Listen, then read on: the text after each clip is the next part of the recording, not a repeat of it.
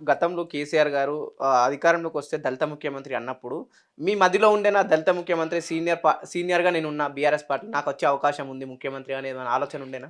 ఇప్పుడు ఉద్యమ సమయంలో అనేక సందర్భాలలో అనేక రకాలుగా మాట్లాడతారు. అందులో కేసీఆర్ గారు మాట్లాడింది మాట వాస్తవం. మీరు చూడండి చరిత్ర మొత్తం చూస్తే హ్మ్. ఎవరైతే ఆ పార్టీ అధ్యక్షుడిగా ఉంటారో కాంగ్రెస్ పార్టీ గాని, బీజేపీ పార్టీ గాని, బీఆర్ఎస్ పార్టీ గాని హ్మ్. అధ్యక్షుడే ముఖ్యమంత్రి. ఏ రాష్ట్రంలో హ్మ్. కూడా అట్లాగే ఉంటారు. అయితే సామాజిక కోణంలో ఆలోచించి ఇక్కడ ఎస్సీ మాదిగ కమ్యూనిటీ ఎక్కువ ఉంది కాబట్టి, హ్మ్. లేదా దళితులు ఇక్కడ ఈ రాష్ట్రంలో ఎక్కువ ఉన్నారు కాబట్టి దళిత ముఖ్యమంత్రి అనే మాట మాట్లాడింది. ఎప్పుడైతే గెలిచి ఉద్యమ పార్టీ అధికారంకి వచ్చే సమయంలో అనేక మంది మేధావులతో ఇంకా రకరకాలుగా హ్మ్. మాట్లాడిన తర్వాత మరి వచ్చిన తెలంగాణ కాపాడాల్సిన బాధ్యత మరి ఇప్పటికే ఆంధ్రోళ్ళు ఎదురు చూస్తున్నారు. ఎప్పుడు మళ్ళీ చెడగొడదాము, హ్మ్. విడగొడదాము అనే మళ్ళీ ఉద్దేశంతోటి గురు శిష్యులంటారా? వాళ్ళకి పాలన చేయరాదనే ఎదురు చూస్తున్నారు కాబట్టి, హ్మ్. నువ్వే దీనికి నాయకత్వం వహించి ముఖ్యమంత్రి ఉన్న ఆలోచన వచ్చినప్పుడు హ్మ్. ఉప ముఖ్యమంత్రిగా హ్మ్. డాక్టర్ తాటికొండ రాజయ్య మాదిగను మనం హ్మ్. అడిగిన పోస్ట్ కాదది. మనం హ్మ్. ఓన్లీ హెల్త్ మినిస్టర్ కావాలన్నా ఎందుకంటే పిల్లల డాక్టర్‌గా నా అపార అనుభవం ఉంది డాక్టర్లు కాబట్టి, ఉన్నారు డాక్టర్‌గా గాబట్టి. ఉన్నా కాబట్టి, సో, హ్మ్. హెల్త్ మినిస్టర్ కావాలని అడిగాం. నీకు హెల్త్ మినిస్టర్ కాదు, నిన్ను ఉప ముఖ్యమంత్రి చేస్తున్నా అని చెప్పేసి మేమందరం సార్‌ని కలవనీకి పోయినప్పుడు ఆహ్, ఆ మాట మాట్లాడడం జరిగింది. అంటే హ్మ్. వారు ఎన్నో రకాలుగా ఆలోచించిన తర్వాత సరే దళితుడు ముఖ్యమంత్రి కాకుండా ఉప ముఖ్యమంత్రి ఈ రోజు వరకు మాదిగ బిడ్డగా నేనే. హ్మ్. ఎందుకోసం అంటే అంతకుముందు ఆంధ్రప్రదేశ్‌లో ఉన్నప్పుడు మా రాజా నరసింహ ఉండే. ఆయన మోచి కమ్యూనిటీ. అవును. తర్వాత ఇంకో మహమూద్ అలీ సాబ్ ఉన్నాడు. తర్వాత ఇప్పుడున్నాయన బట్టి, మాల. బట్టి. సో, ఓన్లీ మాదిగ కమ్యూనిటీకి సంబంధించిన హ్మ్. తెలంగాణ హిస్టరీలో ఇట్స్ ఎ హిస్టారికల్ అవును. ఈవెంటే కదా! ఒక మాదిగ బిడ్డని. తర్వాత హ్మ్. నేను మాదిగ బిడ్డగా ఉండి ఎస్సీలను ఏబీసీలుగా వర్గీకరించడంతో హ్మ్. అప్పుడు టీడీపీలో ఉన్నప్పుడు చంద్రబాబు నాయుడు ఏకగ్రీవ తీర్మానం చేయించాడు. అంటే ప్రవేశపెట్టిండు అవును. తీర్మానాన్ని. తర్వాత వైఎస్ రాజశేఖర్ ఉంటే వైఎస్ రాజశేఖర్ తీర్మానం హ్మ్. ప్రవేశపెట్టాడు.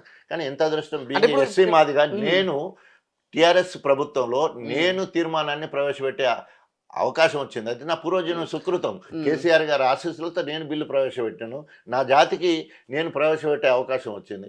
సో, మళ్ళా మాదిగ వాడిగా నా జాతిలో నాకే ఉప ముఖ్యమంత్రి అవకాశం వచ్చింది. హ్మ్. నేను ఇంతకుముందు చెప్పినట్టు అస్తిత్వాన్ని కాపాడడం కోసం, హ్మ్. ఉనికిని కాపాడడం కోసం, ఆత్మగౌరవం మాదిగ అస్తిత్వాన్ని, తెలంగాణ అస్తిత్వాన్ని కాపాడడంలో 2 రకాలుగా నాకే అవకాశం వచ్చింది. దానికి హ్మ్. నేను అదృష్టవంతుడిని. అంటే ఇప్పుడు తెలంగాణ రాష్ట్రంలో అయితే పెద్ద ఎత్తున మాదిగలు వర్సెస్ మాలలు నడుస్తుంది. ఒకవైపు ఆ మాలలు పెద్ద ఎత్తున మహాగర్జనని పెడుతుర్రు. మాదిగలు మేము 1,00,000 గొంతులు 1,00,000 డప్పులతో అని వీళ్ళొక ప్రోగ్రామ్ స్టార్ట్ చేస్తుర్రు గదా! ఏబీసీడీ వర్గీకరణ జరిగితే ఈ మాలలకు గావచ్చు, ఇతర ఉపకులాలకు అన్యాయం జరిగే అవకాశం ఉందని వాళ్ళు చెప్తుర్రు మాలలు. దీనికి ఏం చెప్తారు? అంటే ఇప్పుడు వాళ్ళు ఇన్ని రోజులు ఎస్సీలు, ఏబీసీలు లేకపోవడం వల్ల వాళ్ళు హ్మ్. తినమరిగిన్లు. అంటే ఇన్ ద సెన్స్ ఉద్యోగ, హ్మ్. ఉపాధి రంగాలలో స్టడీలో ఉద్యోగాలలో వాళ్ళు అప్పర్ హ్యాండ్ ఉన్నారు. 70% వరకు హ్మ్. వాళ్ళు పొందిండ్రు. దాన్ని ఇప్పుడు మనం ఏమంటలేము. హ్మ్. ఇప్పుడు మనం అడిగేది సామాజిక న్యాయం. మాల వాళ్ళు ఎంతమంది ఉంటే మీ హ్మ్. వాటా మీరు తీసుకోండి. హ్మ్. మాదిగ ఎంతమంది ఉంటే మాదిగ వాటా మాదిగోళ్ళు తీసుకోవాలి. ఉపకులాలు, మాల ఉపకులాలు, మాదిగ ఉపకులాలు వాళ్ళు బాధపడుతున్నారు. ఒకవేళ మేము మాదిగలతో గనుక మేము ఉపకులాలు ఉండేదుంటే మళ్ళా మాదిగోళ్ళే తింటారు. హ్మ్. లేదా మాల ఉపకులాలు ఉంటే మళ్ళా మాలోళ్ళే తింటారని కింద ఉపకులాలు కూడా సమస్యొచ్చింది. సో, మాల ఉపకులాలు, మాదిగ ఉపకులాలు రెండిటిని కలిపిన దాన్ని తప్పకుండా దానికి ఒక గ్రూప్‌లో పెట్టాలా. హ్మ్. తర్వాత మాలలో ఒక గ్రూప్‌లో, మాదిగలో గ్రూప్‌లో వారి వారి జనాభాను బట్టి. హ్మ్. ఇవాళ 70% పాపులేషన్ హ్మ్. మాదిగ. ఓన్లీ 28-29% అట్లా మాల. హ్మ్. ఓన్లీ 1% మాత్రం ఉపకులాలున్నాయి. హ్మ్. సో, వాళ్ళకు 1% ఇస్తే గూడా నిజంగా సరిపోనట్టే ఉపకులాలు కొట్లాడతారు. మాకు 1% మేము తక్కువనే ఉన్నాం గానీ, హ్మ్. మేము బీదరికంలో ఉన్నాం. హ్మ్. సంచార జీవితం గడుపుతున్నాం హ్మ్. అని జెప్పేసి. విద్యాపరంగా, ఉద్యోగపరంగా వాళ్ళు చాలా ఎనుకున్నారు.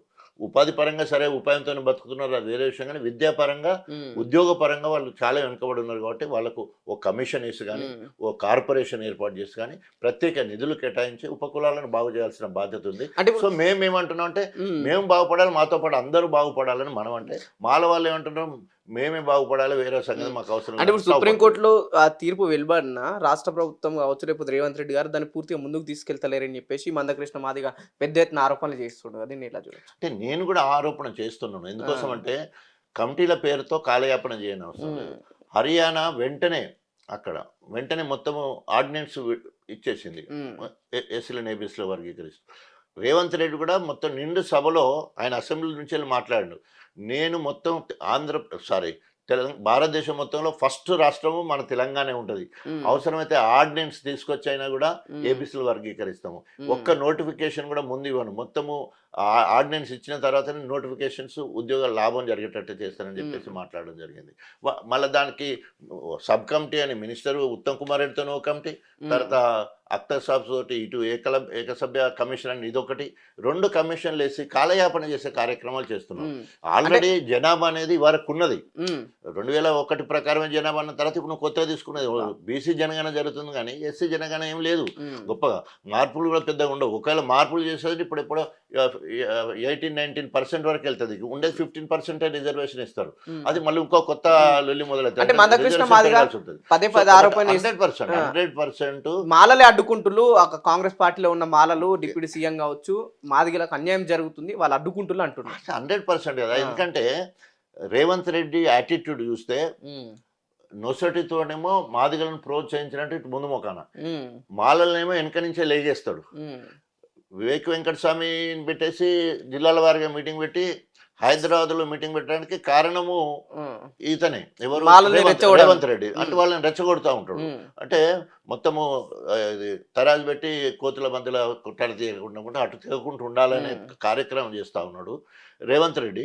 ఇవాళ ఆయన చేసిన చేష్టలేమో నేను గెలవడానికి, జెడ్పీటీసీ గెలవడానికి, ఎమ్మెల్సీ గెలవడానికి, ఎమ్మెల్యే గెలవడానికి, ఎంపీ గెలవడానికి, సీఎం అవడానికి కూడా మాదిగలే కారణం. నా సామాజిక వర్గంలో ఎవ్వడు కూడా నాకు సపోర్ట్ చేయలేదని మాదిగలను ఇట్లా పొగుడుతాడు. ఇక క్యాబినెట్ చూస్తే ఇద్దరు, ఒక స్పీకరు మాల, తర్వాత బట్టి మాల ఉప ముఖ్యమంత్రి, మోచినేమో రాజనరసింహ, మోచి డైరెక్ట్ మాది కాదు మోచి. తర్వాత మొన్న ఎంపీ టికెట్లు చూస్తే 2 మాలలకు, అక్కడ మన ఏది మల్లు రవికి, ఇక్కడేమో వంశీకృష్ణ వివేక్ వాళ్ళ కొడుకు, అంటే ఇద్దరు మాలలు. వరంగల్ ఏమో బైన్లా, వాళ్ళు చెప్పుకునేది బైన్లా, కాస్ట్ వేరైన తర్వాత. అంటే మళ్ళీ మాదిగలకు మంచి. మరి నువ్వు ఎక్కడ మాదిగలకు మేలు చేసి 100%. ఎందుకోసం అంటే పైన ఖర్గే మాల, తర్వాత కొప్పుల రాజు అని చెప్పేసి సిడబ్ల్యూసి సభ్యుడు ఆయన మాల, తర్వాత ఇక్కడ బట్టి మాల, మల్లురవి మాల, తర్వాత ఇప్పుడు స్పీకర్ మాల, మొత్తం వివేక్ మాల, వాళ్ళ అన్న వినోద్ మాల, మొత్తం వీళ్ళంతా కూడా పోషించే స్థాయిలో ఉన్నారు. దానివల్ల కాంగ్రెస్ లో మాలల పెత్తనం ఎక్కువ, మాదిగలకు మాత్రము చిన్న చూపే. ఫైనల్ గా చెప్పండి అన్న, అటు జాతీయ పార్టీ నుంచి ఆఫర్ వస్తే తాటికొండ రాజయ్యకు పూతడా? ఇప్పుడు ఈ స్థాయికి వచ్చినాక నేను ఎటుపోయేదానికి లేదు. కారణం ఏదేమైనా సరే బీఆర్ఎస్ పార్టీ 100% బీఆర్ఎస్ పార్టీలో ఉంటాను. 100% గణపురం నియోజకవర్గం, ఎందుకంటే గణపురం నియోజకవర్గ కేంద్రంలో పుట్టి పెరిగినా రేపు చస్తే కూడా అక్కడే ఉంటాను కాబట్టి అక్కడి నుంచి ప్రాతినిధ్యం వహిస్తాను. కాకపోతే రేపు రాబోయే రోజుల్లో చాలా మార్పులు జరిగే అవకాశం ఉంది. ఒకటి, బై ఎలక్షన్లు వస్తే గణపురం నుంచి తప్పకుండా కేసీఆర్ గారు ఆశీర్వదించి టికెట్ ఇస్తే అక్కడి నుంచి పోటీ చేస్తాను. నెంబర్ 1. నెంబర్ 2, రేపు రాబోయే రోజుల్లో డిలిమిటేషన్, 2026లో డిలిమిటేషన్, 2027లో జమినీ ఎన్నికలు అంటున్నారు, 29లో మహిళా రిజర్వేషన్ అంటున్నారు. ఇన్ని మార్పులు జరిగేదానికి అవకాశం ఉంది నియోజకవర్గాలు. ఎందుకంటే వరంగల్ జిల్లాలో చెర్యాల, తర్వాత పర్కాల్, వర్ధనపెట్టి ఇవి మారని. గతంలో జనరల్ ఉంటే ఎస్సీ అయినాయి, ఎస్సీ ఉంటే జనరల్ అయినాయి. కానీ గణపూర్ 1978 నుంచి వెళ్ళి ఇప్పటి వరకు కంటిన్యూస్గా 46 సంవత్సరాల నుంచి వెళ్ళి ఎస్సీ రిజర్వేషన్ ఉన్నది. చాలా మంది అగ్రకులాలు కన్నేసినాయి. కొంత నియోజకవర్గం అవకాశం. ఏదేమైనా సరే పార్టీలనే ఉంటారా అని అడుగుతున్నా. 100% మళ్ళీ అలుగుతే ఆ ఇంటికి ఇంటికి ఏమైనా పోతారా? ఎక్కడ ఇంటికి పోలేదు, నేను చెప్పినా కదా. ఓన్లీ అప్పుడు జరిగిన పరిస్థితిని బట్టి ఓన్లీ అలిగినట్టు చేసినాం. మళ్ళా కేసీఆర్ గారు పిలిచి నువ్వు గణపూర్ నియోజకవర్గ ఇన్ఛార్జి ఉండు, ఎంపీ ఎన్నికల్లో దాన్ని స్టార్ క్యాంపెయిన్ గా ఉండు, నీ నియోజకవర్గాన్ని నువ్వు కాపాడుకో, రేపు రాబోయే నువ్వే పోటీ చేస్తున్నావు అని డయాస్ మీద కేసీఆర్ గారు హన్మకొండ డయాస్ మీద చెప్పిండు. ప్రచారంలో కేటీ రామారావు గారు తెలంగాణ భవన్లో చెప్పిండు, హరీష్ అన్న అనేక సందర్భాలలో చెప్పిండు. అంటే అందరు అధినాయకత్వం మొత్తం గ్రిప్ లో పెట్టడం కాదు, ఆటోమేటిక్ గా దే రియలైజ్డ్ వాట్ హ్యాపెన్. మనం కడియం నమ్మితే ఎన్ని రకాల మోసం చేసిండు, రాజన్నకి ఇంత అన్యాయం జరిగినా ఇంకా పార్టీని పట్టుకొని ఉన్నాడు అనే ఒక ఒబీడియన్స్ ని వాళ్ళకి ఇష్టపడ్డారు. తప్పకుండా రేపు రాబోయే రోజుల్లో నేను బీఆర్ఎస్ లోనే ఉంటాను. బీఆర్ఎస్ నుండే ఎక్కడ అవకాశం వస్తే అక్కడ పోటీ చేస్తాను.